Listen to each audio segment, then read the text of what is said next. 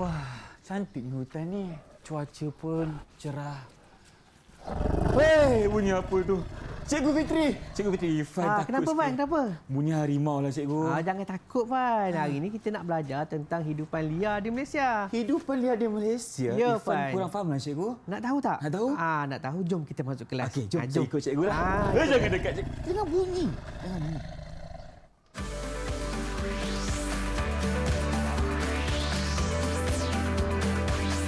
Didik TV KPM. Assalamualaikum dan salam sejahtera kepada anda semua yang sedang menyaksikan slot Mendengar Rendah Didik TV KPM bersama saya pengacara anda Irfan Syahmi untuk hari ini. Apa khabar semua? Saya mendoakan agar anda dalam keadaan yang baik-baik hendaknya. Baiklah, hari ini seperti biasa kita akan bersama dalam mata pelajaran Geografi untuk tingkatan 3 dengan tajuknya Hidupan Liar di Malaysia. Jadi mungkin menjadi persoalan kepada anda semua, siapakah guru yang akan bersama Irfan hari ini? Apa kata kita saksikan dulu profil guru kita.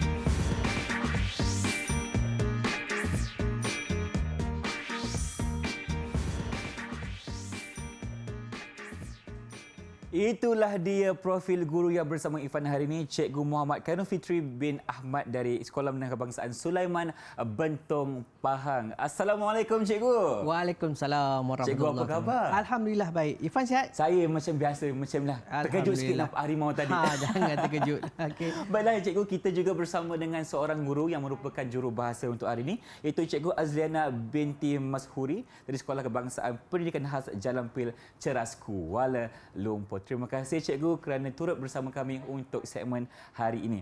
Baiklah, Cikgu. Hari ini Cikgu cakap tadi kita nak belajar mengenai hidupan liar di Malaysia. Ya. Jadi sebagai pengenalannya, mukadimah, mungkin Cikgu berceritakan sedikit. Silakan. Okey, pengenalannya kita sebagai mukadimah, kita akan belajar tentang topik hidupan liar di Malaysia. Kita nak berkenalan dengan haiwan yang wujud ataupun haiwan liar yang ada di negara kita ni, Fan. Okey. Sudah semestinya objektif kita pada hari ini. Okey, apa yang akan kita pelajari, yang pertama adalah mengenal pasti hidupan liar di Malaysia. Ada sebahagian hidupan liar, ada sebahagiannya haiwan ternakan. Kadang-kadang kita terkeliru. Betul. Dan ada juga hidupan liar yang wujud di luar negara tetapi kita bawa masuk ke negara kita sebagai untuk pendidikan. Okey. Yang kedua adalah untuk menghuraikan kepentingan hidupan liar di Malaysia ni. Apa kepentingan hidupan liar di Malaysia ni? Adakah dia memberi manfaat kepada kita manusia dan alam sekitar khususnya? Yang ketiga, kita akan membahaskan kegiatan manusia yang mengancam hidupan liar di Malaysia. Apa yang manusia buat sampai hidupan liar ni ataupun haiwan liar ni dia boleh terancam.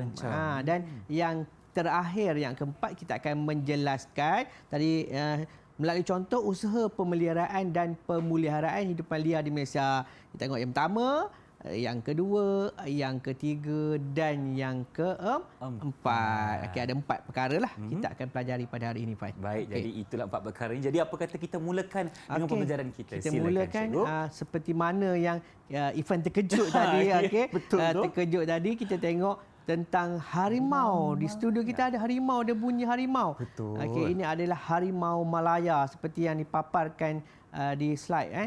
Harimau Malaya, populasi kira-kira 250 ekor hingga 340 ekor sahaja. Okey, ini data yang kita dapat kenal pastilah. Okey, yang dapat kita kenal pasti kewujudan harimau Malaya di negara kita. Okey, kita tengok habitat. Habitat dia, maksud habitat ni, Fan, adalah tempat tinggal dia. Tempat tinggal, rumah dia lah. Rumah dia lah. Macam kita ada rumah kita sendiri, harimau pun dia ada rumah dia lah. Okey, dia berkeliaran dalam habitat sekitar hutan pamar, hutan paya gambut, hutan gunung dan belukar kecil yang terdapat di seluruh negara kita lah. Okey, lokasi tersebar dari hutan paya hingga hutan pegunungan rendah. Okey, cara pemakanan dia karnivor. Karnivor. Apa maksud karnivor tu Fan? Mungkin Fan pernah belajar sebelum ni kan? Karnivor ni cikgu Ifan faham dia memang makan daging saja. Yes. Okey, makan daging sahaja. Okey, itu istilah baharu karnivor. Okey, mungkin kalau zaman dahulu saya kongsi pengetahuan saya dan Ifan dan murid-murid yang berada di rumah sekarang. Okey. Okey, karnivor kalau dulu istilah lama-lama dulu dipanggil maging. Haiwan yang makan daging. Okey, maging. Maging. Kalau daun maun, haiwan yang makan daun. Okey, itulah sedikit info lah yang boleh saya kongsikan dengan Ifan dan murid-murid di rumah. Okey, itu fakta berkaitan dengan harimau Melaya. Adakah harimau Melaya saja yang wujud di negara kita, Ifan? Okey, banyak lagi. Kita akan tahu selepas ini. Kita tengok fakta menarik tentang harimau Melaya ni. Sebab kita nak belajar tentang harimau je dulu pengenalan. Sebab harimau ni dikatakan dah semakin pupus menghampiri kepada pupus. Kita tak naklah, kita nak lindungi dia, kita nak sayangi dia supaya kekal dalam habitat semula jadi di negara kita. Apa yang menarik yang pertama adalah setiap harimau mempunyai corak belang yang berbeza seperti cap jari manusia. Oh, iya ke cikgu? Ifan Kan? baru tahu juga perkara ni. Cap jari kita kan setiap orang dia berbeza. Setiap orang berbeza. Begitu ke corak tu. Kalau Ifan tengok patung model harimau yang berada bersama kita pada hari ini ataupun boleh rujuk gambar di slide yang dipaparkan. Okey, corak belang-belang hitam tu dia tak sama. Tak sama. Walaupun dari keluarga yang sama ataupun ibu yang sama, anak yang sama, dia tidak sama. Dia berbeza 100%. Setiap harimau mempunyai corak yang berbeza. Dia nampak macam sama, tapi tak sama. Mungkin dia ada yang kecil sikit garisan dia, ada yang besar sedikit garisan dia. Itu fakta menarik yang pertama. Yang kedua adalah penglihatan harimau pada waktu malam adalah 6 kali ganda lebih baik daripada manusia. Okey, baru Ifan tahu juga perkara ni cikgu. Okey, 6 kali ganda tu maksudnya penglihatan dia jauh lebih baik daripada kita ataupun haiwan-haiwan lain. Sebab itulah ia mempunyai keistimewaan untuk memburu ataupun mencari makanan pada waktu malam. Agak-agak kalau terserempak dengan harimau pada waktu malam, lari ke atau tunggu di macam kita? Kalau macam tu cikgu Ifan akan buka 1000 langkah. Lari terus. Okey, itu adalah fakta menarik tentang harimau Melaya. Ada tak soalan yang Ifan nak tanya saya lah tentang harimau ni? Jangan tanya banyak-banyak, kadang-kadang tak tahu juga. Tapi saya dah kongsikan 2 perkara menarik tentang harimau Melaya. Harimau Melaya ni. Dan mungkin cikgu boleh ceritakan dekat mana cikgu kita lokasi di mana banyaknya spesies harimau Melaya ni? Harimau Melaya ni mungkin kalau di semenanjung Malaysia, di kawasan-kawasan hutan yang belum diteroka lah. Contohnya di pedalaman Pahang. Okey, di pedalaman Kelantan. Okey, masuk pedalaman yang maksudnya kawasan yang jauh daripada pertempatan manusia lah. Kerana haiwan ini dia sensitif. Okey, mungkin dia tidak mahu diganggu. Okey, maka mereka duduk di kawasan-kawasan pedalaman. Baik cikgu. Dan kalau nak mudah lagi, apa susah? Kita ada zoo negara. Betul tak cikgu? Betul, ada zoo negara. Tapi berhati-hati kalau pergi ke zoo negara, takut tertukar dengan harimau jenis lain. Contohnya harimau Siberia yang sama juga rupanya tapi dia berwarna putih. Harimau Siberia sebab dia duduk di kawasan yang asal dia adalah kawasan sejuk. Betul. So dia berwarna jadi dia berwarna putih. Okey cikgu. Baiklah, terima kasih atas perkongsian ilmu untuk segmen kali ini. Dan Ifan telah faham bagaimana adanya fakta menarik mengenai harimau Melaya menjadi kebanggaan warisan negara kita. Baiklah cikgu, untuk sekarang ini kita akan berhenti berehat seketika. Kembali kita dengan pelbagai lagi perkongsian bersama dengan Cikgu Fitri selepas ini dalam Didik TV KPM. Jangan ke mana-mana.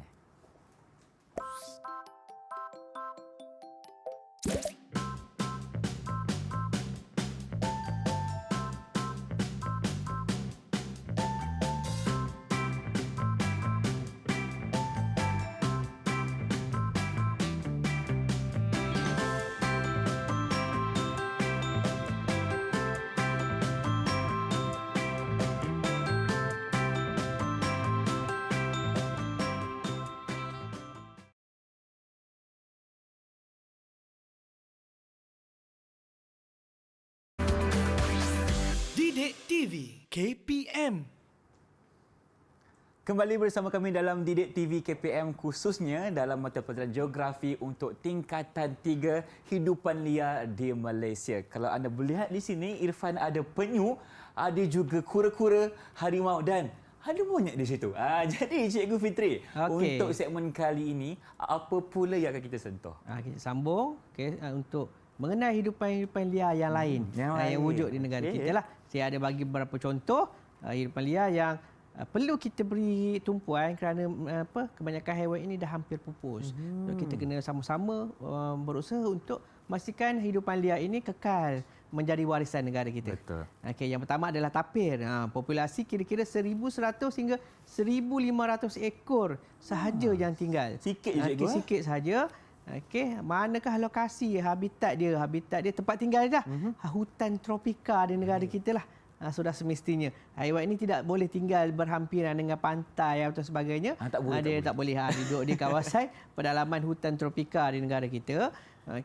Lokasi tersebar secara meluas dari hutan paya hingga hutan pergunungan rendah di semenanjung Malaysia. Semenanjung Malaysia lah. Dan cara pemakanan dia adalah herbivore. Herbivore ni tak silap saya yang makan daun saja, Cikgu. Dia makan daun. Makan, tidak makan daging lah, makan daun ataupun serangga, bukan serangga, madu. Cikgu Ifat tanya. Tapi ni memang tak ada dekat Sabah Sarawak, Cikgu? Setakat ini yang kita kena pasti ada, cuma populasi dia tidak banyak lah. Dan yang banyak berada di semenanjung Malaysia.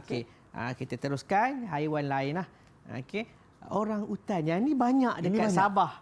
Banyak di Sabah. Orang utan kena murid-murid di rumah, dan Ifan sendiri di studio bersama saya, jangan salah istilah. Kadang-kadang orang sebut orang hutan. Betul. Yes, bukan orang hutan tetapi orang utan. Itu adalah istilah sebutan yang sebenar lah. Kita belajar, kita cuba menghasilkan, menyebut perkara-perkara yang betul. Kita biasakan yang betul. Populasi kira-kira 12,300 ekor. Banyak. Banyak juga yang berada di Sabah lah.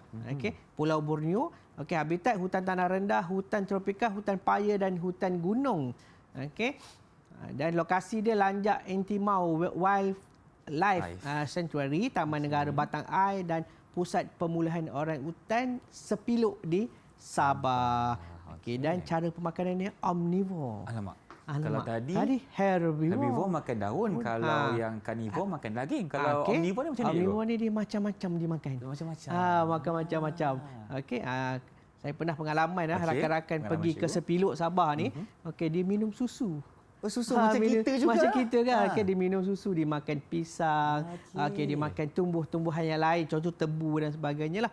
Yang itu dikategorikan sebagai omnivore yang makan daun dan daging. Kedua-duanya sekali. Itu adalah fakta berkaitan dengan orang utan. Itu adalah beberapa contohlah hidupan liar yang wujud selain daripada yang kita ketahui harimau kan. Kita dah belajar tentang orang utan, adanya haiwan lain. Boleh tak Ifan cuba kongsi dengan saya dan rakan-rakan di rumah hidupan liar lain selain yang saya paparkan yang kita telah pelajari tadi. Ada lagi selepas ni, tapi saya nak bagi Ifan cuba cungkil pengetahuan sedia ada berkaitan dengan hidupan liar negara kita. Kalau tadi cikgu dah berkongsi kepada kita mengenai orang utan, lepas tu tapi yang seterusnya Ifan boleh fikir ialah di Terengganu, cikgu. Di Terengganu iaitu penyu. Ada model penyu ya. Tapi nak betulkan apa? Penyu sebenar bukanlah berwarna pink. Bukan berwarna pink. Dia akan warna kelabu macam tu.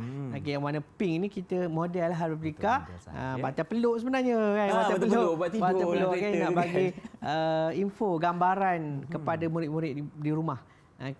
Betul penyu. Selain pada penyu, kita ada juga yang sebenarnya kita ada gajah. Pygmy. Pygmy ni adalah gajah kecil kan. Gajah kecil. Gajah kecil. Dia hanya wujud di tempat-tempat tertentu je. Negara kita bertuah lah kita ada gajah pygmy ni. Kita tengok populasi dia kurang daripada 1,500 ekor. Habitat tanah rendah dan lembah. Lokasi hutan di Kinabatangan, Tabin dan tengah Sabah. Okey, di Semenanjung Malaysia tak ada. Tak ada pigmy. Tak ada. Okey, dia banyak dia kepanggil gajah Borneo. Ada istilah panggil gajah Borneo, Pulau Borneo. Dia kecil berbanding dengan gajah-gajah lain. Kalau diletakkan di sebelah gajah Afrika, dia umpama langit dengan bumi berbeza Memang sangat saiz. beza, cikgu. Sangat berbeza saiz dia. Dia kecil je. Tak adalah kecil pada kita tapi besarlah kan. Tapi nak bandingkan saiz gajah, saiz gajah paling kecil lah. Antara paling kecil lah. Okey. Dan cara pemakanan dia herbivore. Makan daun. Okey, biasalah orang yang makan daun ni dia macam manja-manja sikit. Okey. Comel-comel. Kalau makan daging ni macam harimau kan dia kadang ganas. Gagah sikit. Gagah. Okey, itulah perbezaan. Macam kita dua-dua makan.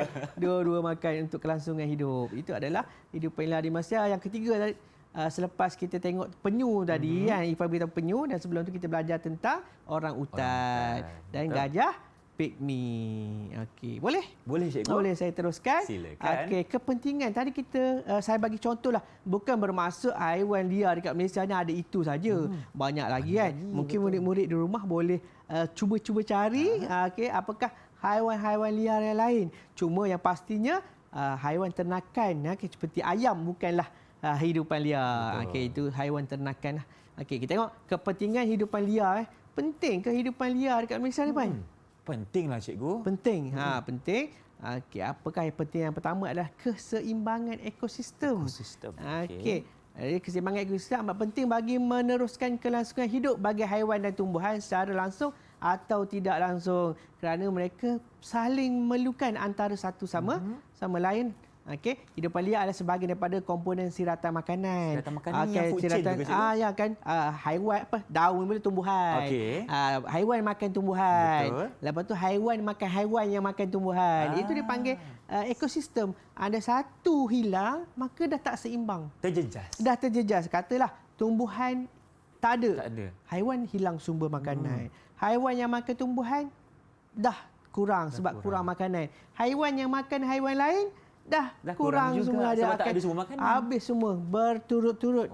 Kepada dia punya kesan kepada rantaian makanan tersebut. Okey, gangguan mana-mana organisma dalam aras trofik akan mengubah aliran tenaga yang seterusnya akan menjejaskan keseimbangan ekosistem.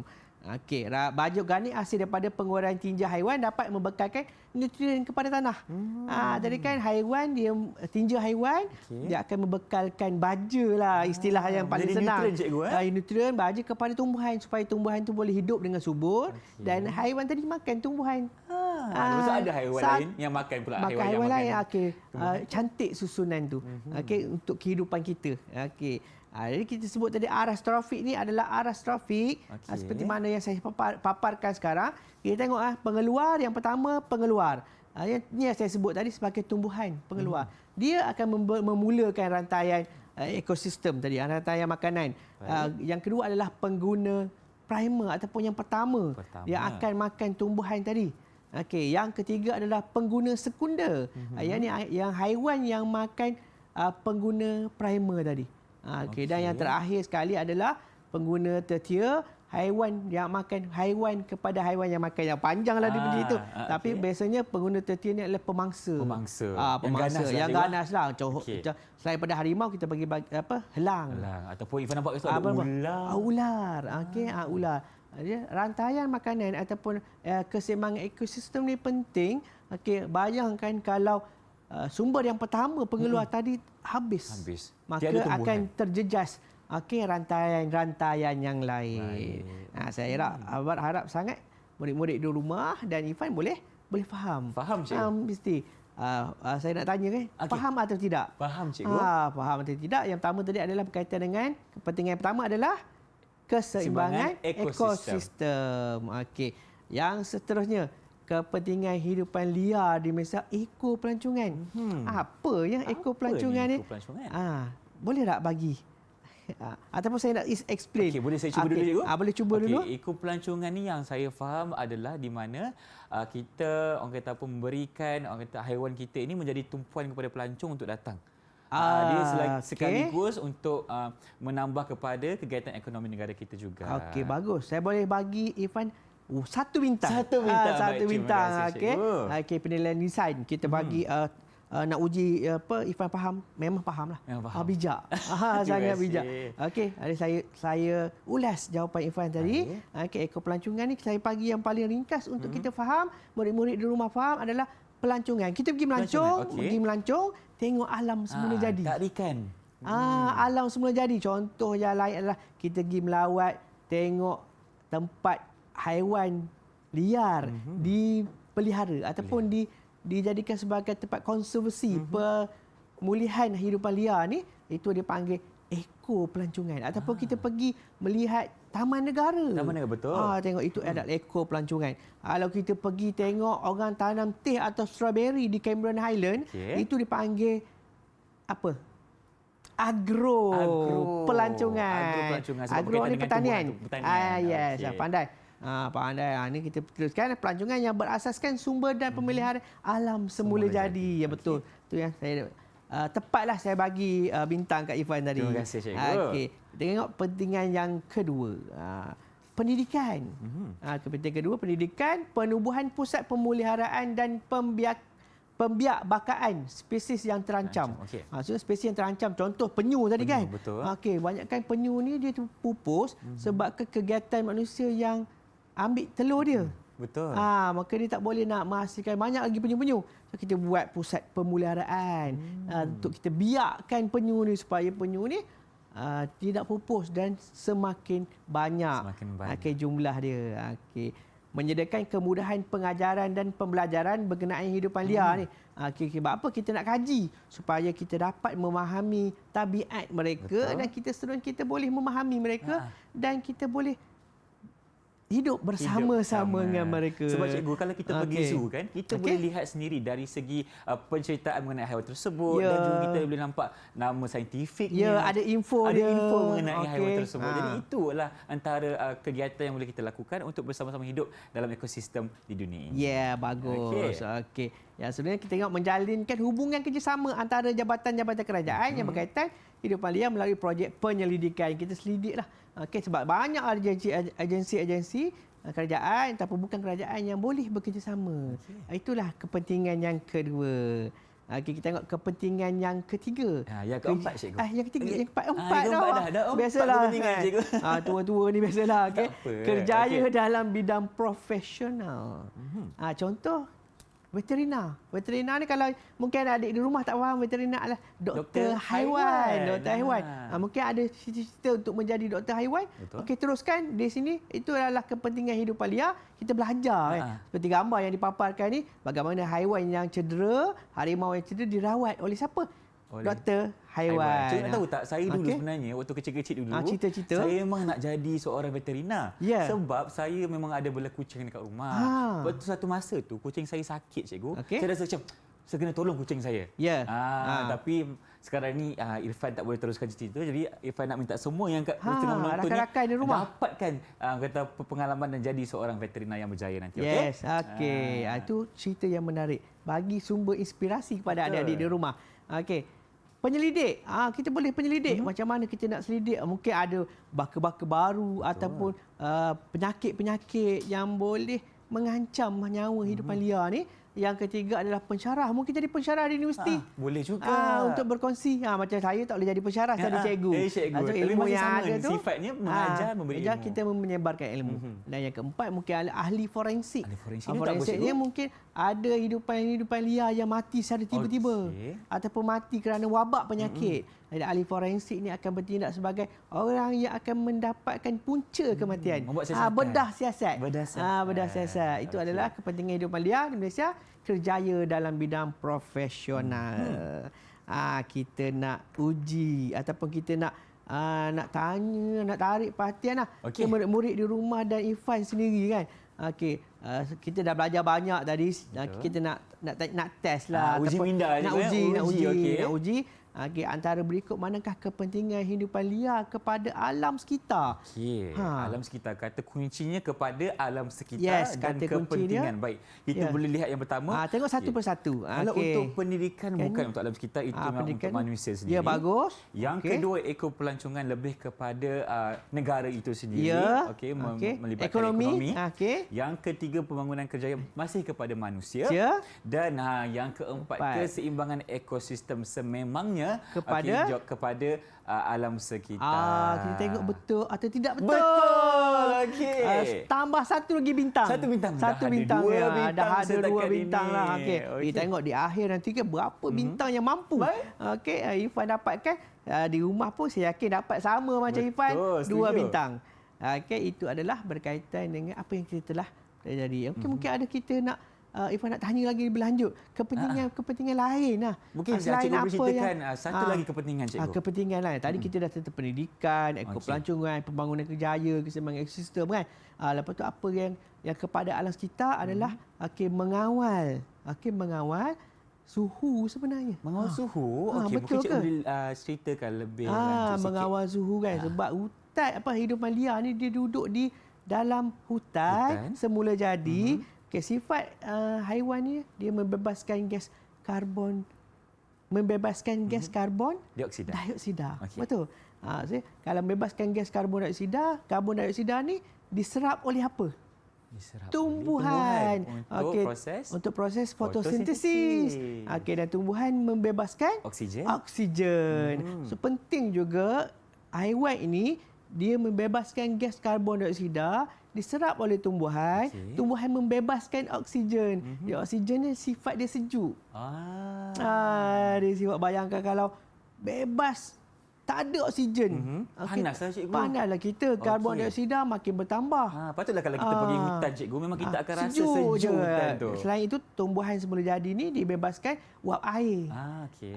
So dia berinteraksi antara haiwan, tumbuhan dan manusia.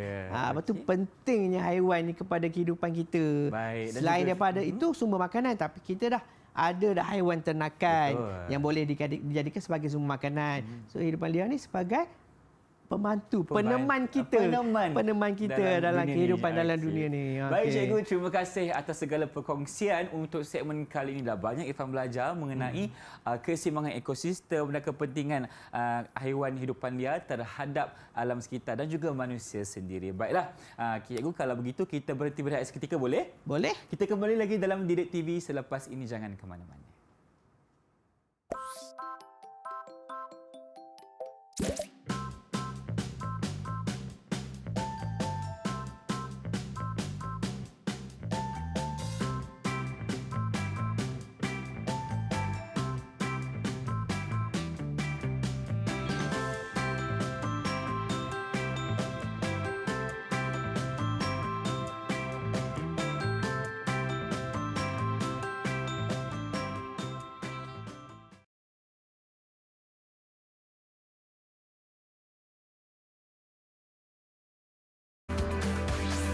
Didik TV KPM.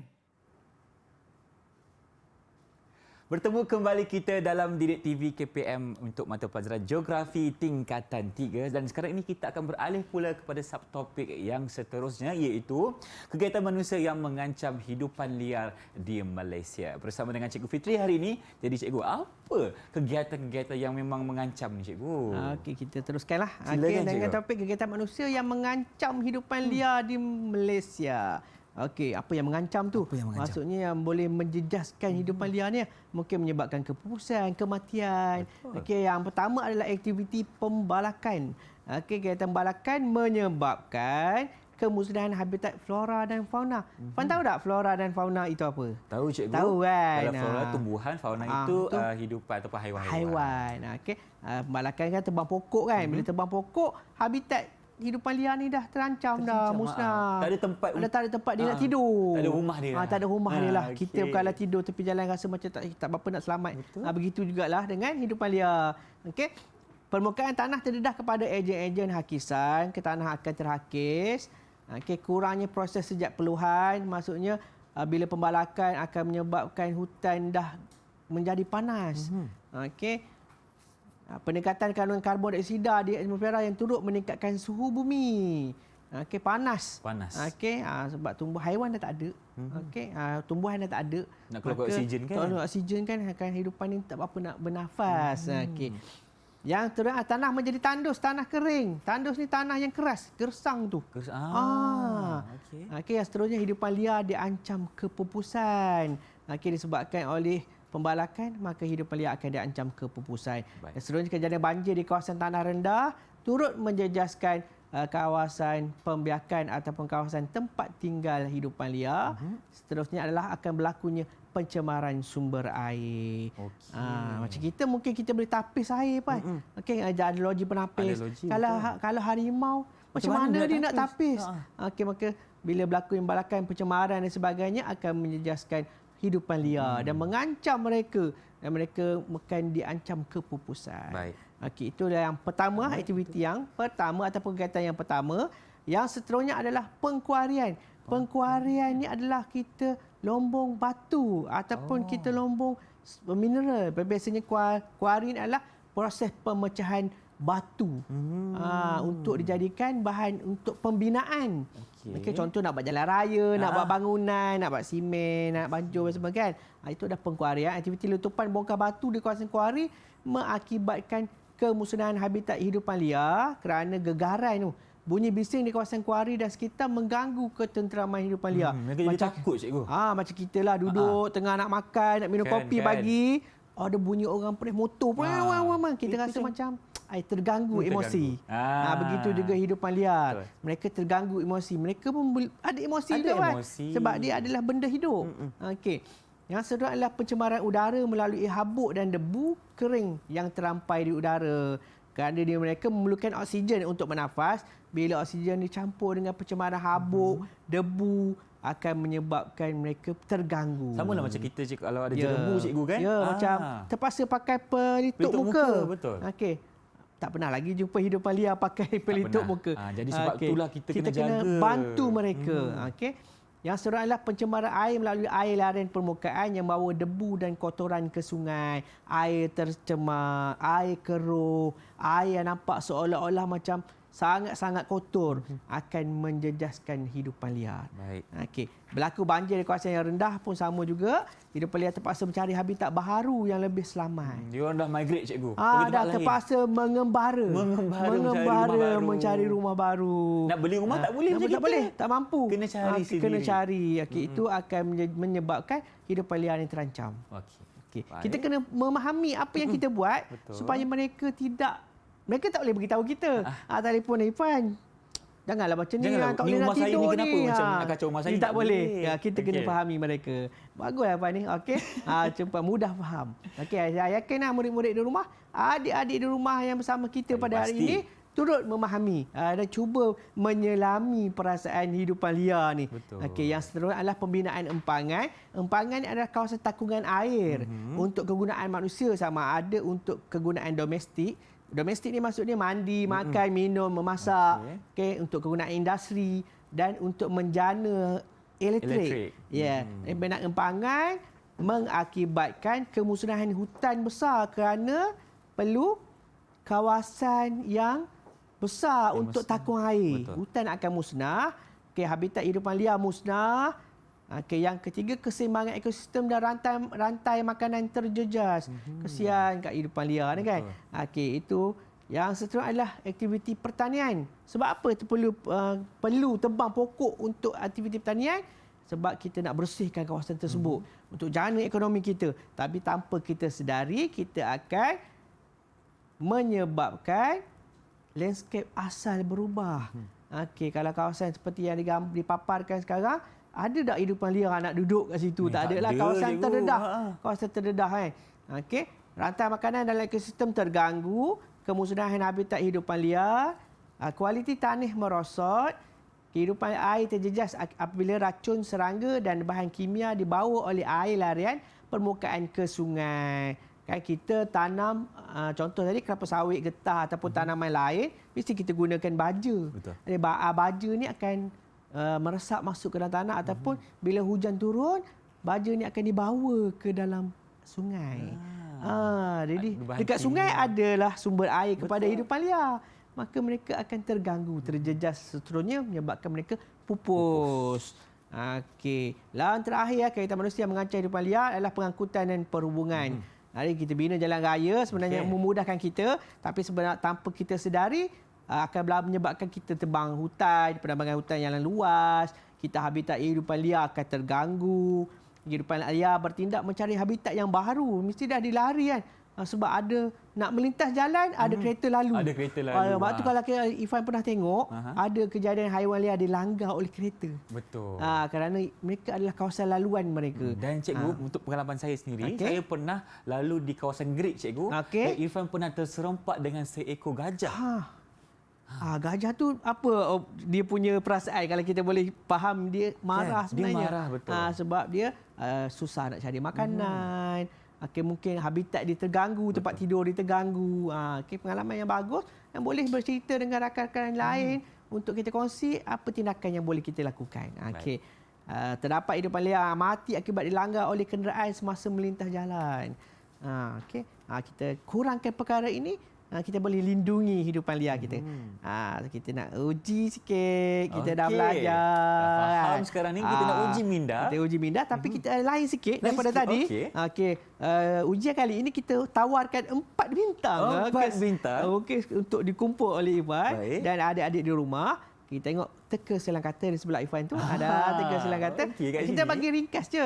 Tak adalah susah. Ada melintang, ada menegak. Mungkin kita boleh selesaikan yang melintang dulu. Yang melintang dulu. Yang pertama, nombor 1 melintang. Apa soalannya? Pembinaan kawasan ini mengakibatkan kemusnahan hutan yang besar. Yang ini cikgu Yes, bermula dengan huruf I. Mula huruf I dan kata kuncinya mengakibatkan kemusnahan hutan yang besar. Pembinaan kawasan.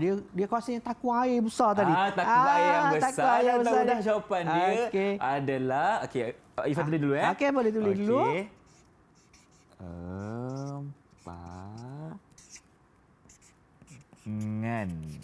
betul lah cikgu.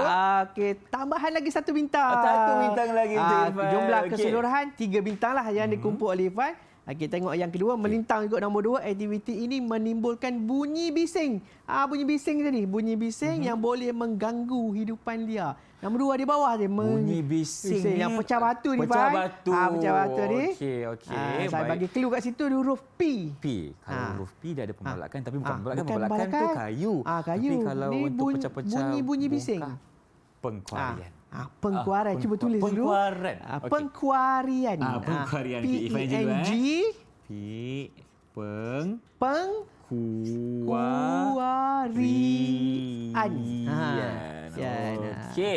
Okey, yang menegak pula Pan. Aktiviti penerbangan hutan yang menyebabkan habitat hidupan liar musnah. Aktiviti tebang hutan. Tebang Tebang pokok tu. Yang ini cikgu Ifan tulis dulu. Tulis dulu. Saya boleh sambung. Ifan boleh sambung. Yang terakhir Pan. Kita ekonomi yang menyebabkan landscape asal berubah. Tadi kan daripada hutan tiba-tiba terang tempat tu. Diganti dengan tumbuhan lain, pokok lain. Apakah aktiviti tersebut? Tanam kelapa sawit, tanam getah. Mula huruf apa cikgu? P. Perta. Pertanian. Saja Ifan bagi masa sikit untuk murid-murid kat rumah pun cuba. Kita nak murid-murid di rumah follow kita pun ikut kita. Buat sama-sama kita uji.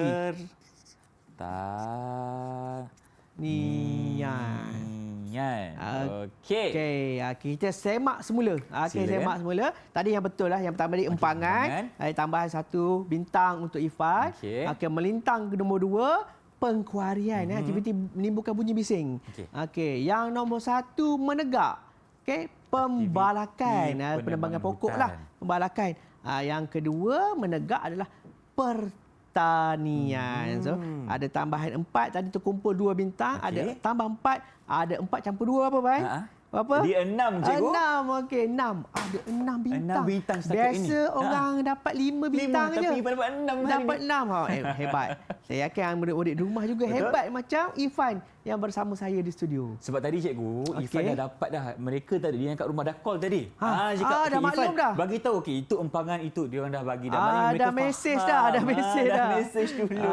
Okey. Okey cikgu, baiklah, terima kasih untuk segmen ini. Maknanya kita dah faham apakah kegiatan manusia yang telah mengancam ataupun menyebabkan kebosanan untuk hidupan liar di Malaysia. Ya, betul. Okey, baiklah cikgu. Dan untuk sekarang ini kita nak berhenti berehat seketika dan kita akan kembali lagi dalam Didik TV KPM selepas ini untuk banyak lagi perkongsian bersama dengan Cikgu Fitri. Jangan ke mana-mana.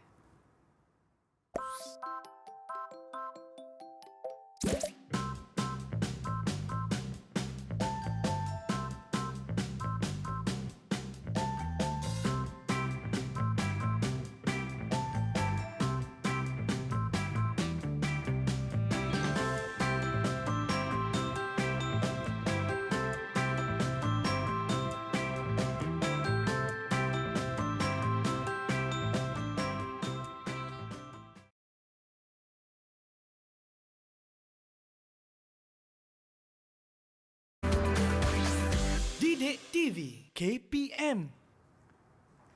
Terima kasih kerana masih bersama kami dalam Didik TV KPM untuk mata pelajaran geografi di mana kita sedang belajar dengan lebih mendalam mengenai hidupan liar di Malaysia. Dan untuk segmen kali ini cikgu, kita akan memahami iaitu apa itu pemeliharaan dan juga pemuliharaan. Betul cikgu? Okey. Jadi apa kata kita mulakan? Kita teruskan, kita akan tengok usaha pemeliharaan dan pemuliharaan yang boleh dijalankan ataupun yang telah dijalankan untuk melindungi hidupan liar ni. Sebab tu kita kena faham dulu apakah yang dikatakan dengan pemeliharaan ni.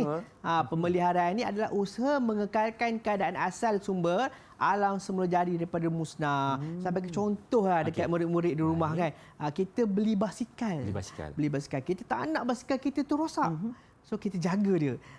Kalau angin kurang kita pam tayar. Kita lap, kita basuh. Itu maksud pemeliharaan.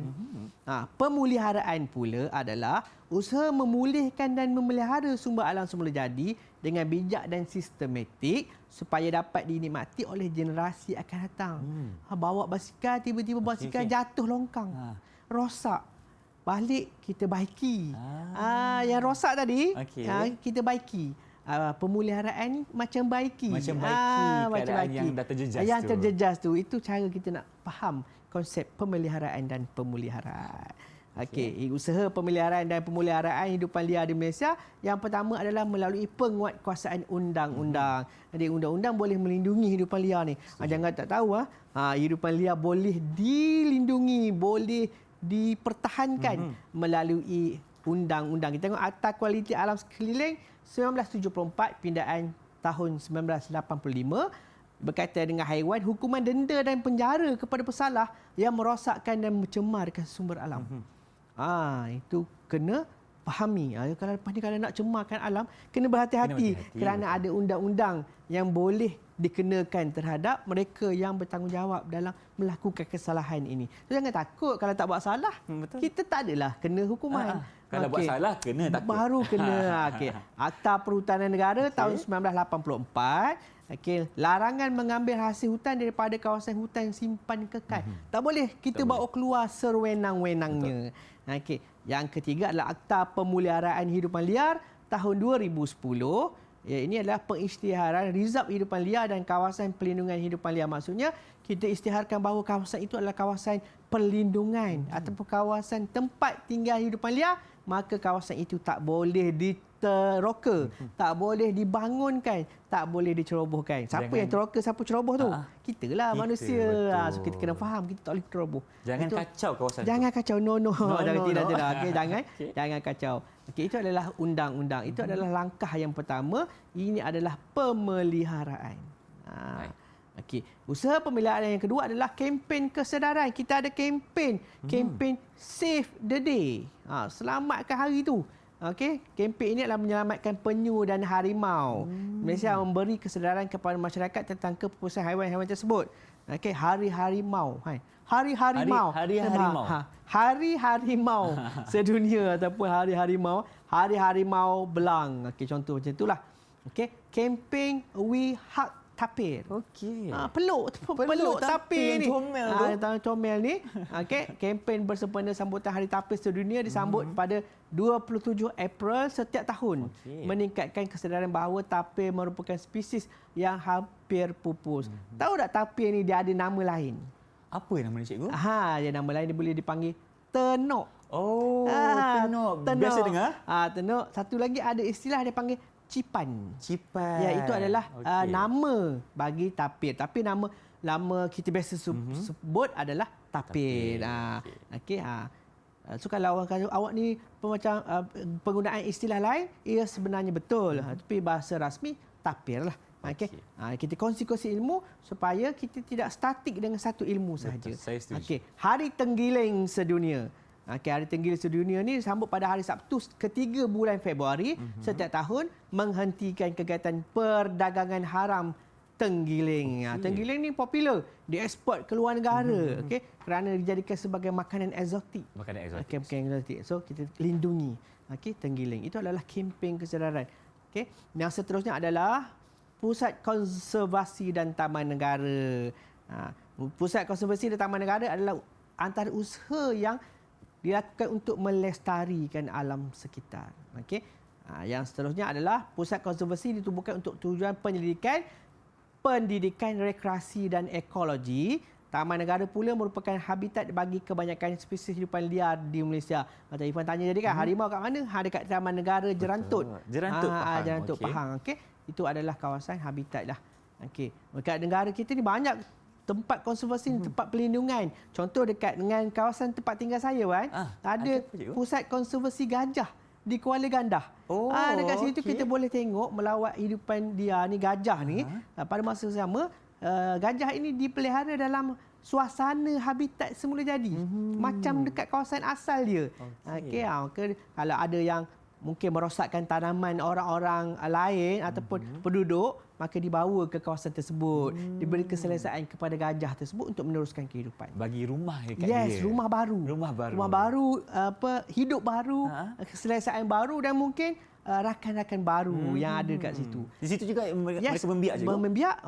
Membiak, mereka berjumpa dengan gajah-gajah daripada tempat lain di Malaysia dan mereka boleh dikekalkan dia punya supaya tidak terancam. Okay. Yang seterusnya adalah impak penilaian impak alam sekitar EIA. Dipaparkan di skrin sekarang adalah maksud impak alam sekitar, tapi saya yakin adik-adik di rumah tapi kalau panjang-panjang ni susah nak faham. Saya ringkaskan. Silakan. Okey, nak bagi faham, EIA ni sebenarnya adalah katalah Ifan nak bina satu kawasan bangunan contohnya ataupun kilang. Sebelum Ifan boleh laksana atau bina kilang tu, kita akan buat kajian dulu. Apa kesan kepada alam sekitar ataupun hidupan liar yang boleh wujud sekiranya kilang itu dibina. Apa haiwan yang ada kat situ? Apa haiwan kat situ. Dan apa langkah yang boleh kita ambil untuk elakkan kepupusan. Itu kita buat kajian awal. So bila kajian awal, kita boleh sediakan langkah awal. Bila dapat langkah awal, kita dapatlah melindungi hidupan liar ini. Kalau ada, kita boleh pindahkan dulu. Ya, bagus. Itulah yang perlu dilakukan. Sama-sama kita melindungi hidupan liar kita di negara kita ni. Usaha pemeliharaan yang seterusnya adalah pewartaan hutan simpan. Kita wartakan hutan simpan supaya kawasan itu boleh dijadikan sebagai habitat hidupan liar. Yang seterusnya, pokok di kawasan hutan tidak boleh ditebang kerana dilindungi oleh undang-undang tadi. Kita dah belajar undang-undang tadi kan? Betul. Itulah pewartaan hutan simpan. Kita nak uji secara lisan. Tadi kita dah uji secara soalan paparan. Lepas tu kita ada silang kata. Lepas tu kita nak uji secara lisan. Kita dah belajar tadi pemeliharaan dan pemeliharaan sebagai seorang murid. Ifan dah murid saya sekarang. Murid ataupun di rumah.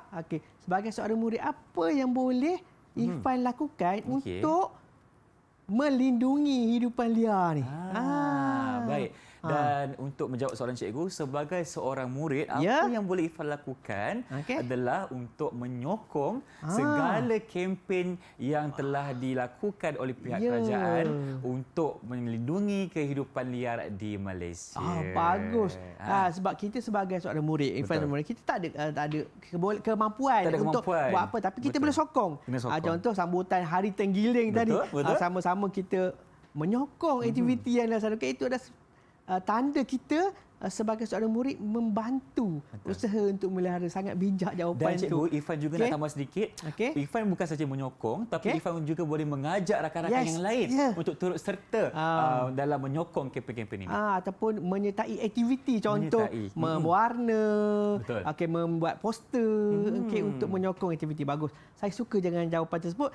Tadi dah dapat 6 6 bintang. Saya bagi tambahan satu lagi. Okey, ada 7 bintang. 7 Baik, bintang terima kasih, keseluruhan. Cikgu. Saya seronok jumpa Seronok, ya? Irfan. Terima kasih, Irfan Cikgu. mudah faham dan saya yakin murid-murid di rumah pun mudah faham kerana saya cuba sampaikan dengan cara yang paling mudah Paling dan mudah ringkas untuk untuk difahami. Baik, Cikgu. Dan Okey. mungkin sekarang ini Cikgu boleh berikan prestasi keseluruhan saya sebagai murid Cikgu untuk hari ini. Okey, secara keseluruhan kita ada 7 tadi. Okey. Kita nilai Irfan dan murid-murid di rumah 7/7. 7/7. 7 daripada 7 Alhamdulillah. diperoleh oleh Irfan, keseluruhannya adalah 100%. 100%. Baik. Okey, untuk makluman ataupun secara keseluruhan dia, sebelum saya bagi keseluruhan, tadi kita dah belajar kan sama-sama, Irfan? Sama-sama. Kita dah belajar mula-mula tadi belajar tentang jenis Jenis-jenis. kehidupan liar. Yang kedua, Kita boleh kepentingan. Okey. Yang Lepas tu, ketiga, kegiatan yang mengancam. yes. Dan usaha untuk pelihara dan melihara.